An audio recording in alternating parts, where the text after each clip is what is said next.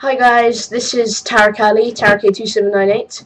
I'm the director of TT'S Titanic and the creator and manager of Everest Films.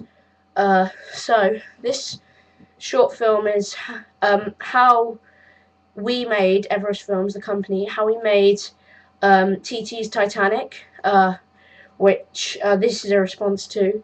And how we did all the visual effects. This is also mainly going to be focused on when the effect when you're inside, when it seems like you're inside the ship and you see a big gash and all this water's coming in. So that's what most of this show is going to be about, and there's going to be some facts about why I made it and other stuff. So let's get started. I have had a few messages about how I did the Titanic at the beginning, with a white background. Basically, I got this. This is a Revel model of the Titanic that I built and painted. That's what I used for filming. And what I did was, I got a bit of paper. I don't think you can see this in the camera. Hold on. Look, I put Titanic, and I folded the paper up above it so it would create like a white background, and I just filmed it like that. So go back. Hello again. That's how I did the bit at the beginning.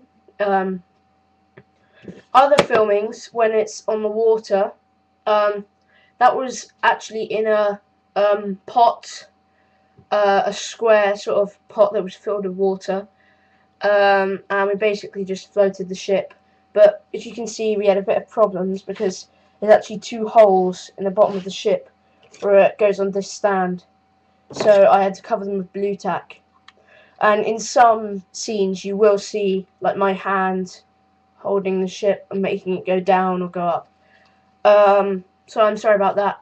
I have had a complaint about continuity, that when you sometimes see the ship, it's going down, and then the next time you see it, it's lost one funnel, and then the next time you see it, it's lost another.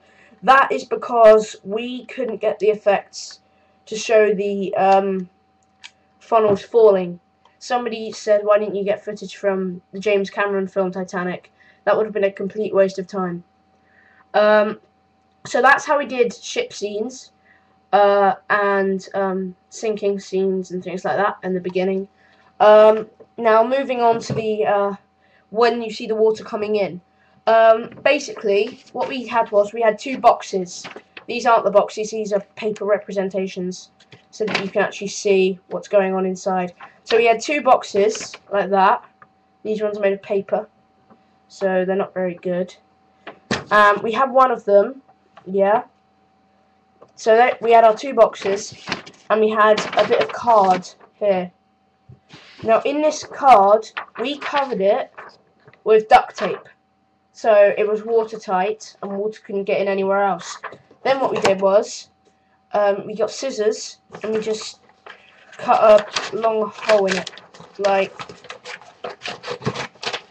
that. So there's this big long gash in it. We didn't actually, because when we used scissors before, we had this thing where we folded it so it made like that shape. So what we did was we stuck a knife through it, and we just did it with a knife, but I don't recommend doing it with a knife because it could be dangerous. So once we had that, we duct taped it to the top of our first box, like that. The box didn't have a lid on it, so that you could see water coming in. So we duct taped that on to our first box, yeah? Then what happened was, we had our first box, and we got the second box, and we put a towel inside, yeah? So the towel inside our second box, and the gash on top of our first box. Then we had our camera, which is basically just my phone, and that was placed on the tissue paper, in the second box, so that could film. And we put a timer on that, but we couldn't set it up as fast, so it would video us setting it up sometimes, so we had to edit those bits out on Movie Maker. All of this was filmed and made on Movie Maker, by the way. There was no After Effects and stuff, no special effects like CGI.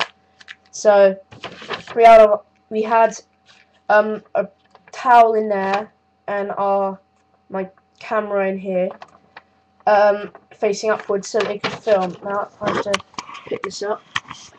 Hello. Look, so we have that, our first box. So you can see all what's happening. And then we got our second box and we put it on top. Now both these boxes were see-through. So one, we could see what was happening with the camera, and two, the camera could see what was happening in the second box, or in the first box.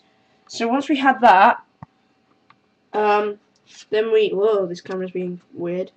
And we placed we had this on top, and then if I come around here, you can see the phone there is filming upwards through here and up, and it can see the long gash which is there.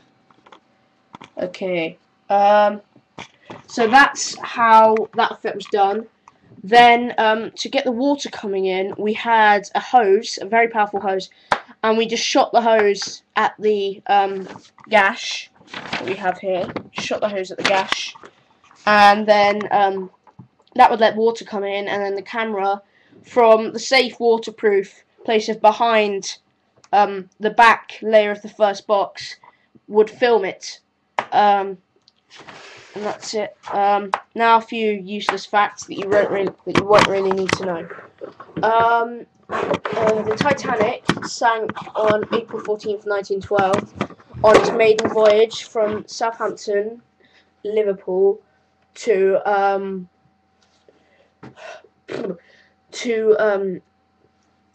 New York, in America, obviously. I visited Southampton, and we looked across the dock, and we saw where the Titanic set sail, and we didn't realise, but we actually visited, purely by coincidence, we actually visited on the day that the Titanic sank, on like the 90th anniversary or something, and it was a bit confusing. And there was a big ceremony there, like they had a fair and stuff. Anyway, back to facts. When the Titanic sank, it took down over 1,500 passengers with it, out of the 2,200 passengers that boarded to get to America. Most of these were third class, which were like basically peasants. Well, peasants isn't a bad word. They called them poor people. Like, there was first class, which was the really rich, like, aristocrats and stuff. Second class, which was, like, rich people, but not as rich as the first class. And then third class was, like, steerage, the poor people who wanted to go to America to get a new life. And so, the Titanic was the largest ship of her time. She had 4 funnels. Each of her propellers, which you can see here, each of her propellers was as big as a house, bigger than a house. You can see how big that was considered to this model. So each one of these is as big as a house. So this is millions of houses. You can tell which one way you identify what ships are made by which company is by the funnels. This is the funnel of the White Star Line that built the Titanic.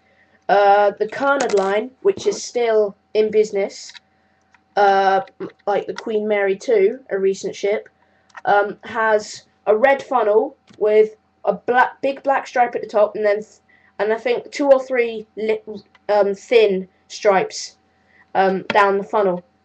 And the Cunard Line's still in business. It was in fact the Cunard Line's ship, the Carpathia, that saved all the survivors from the Titanic.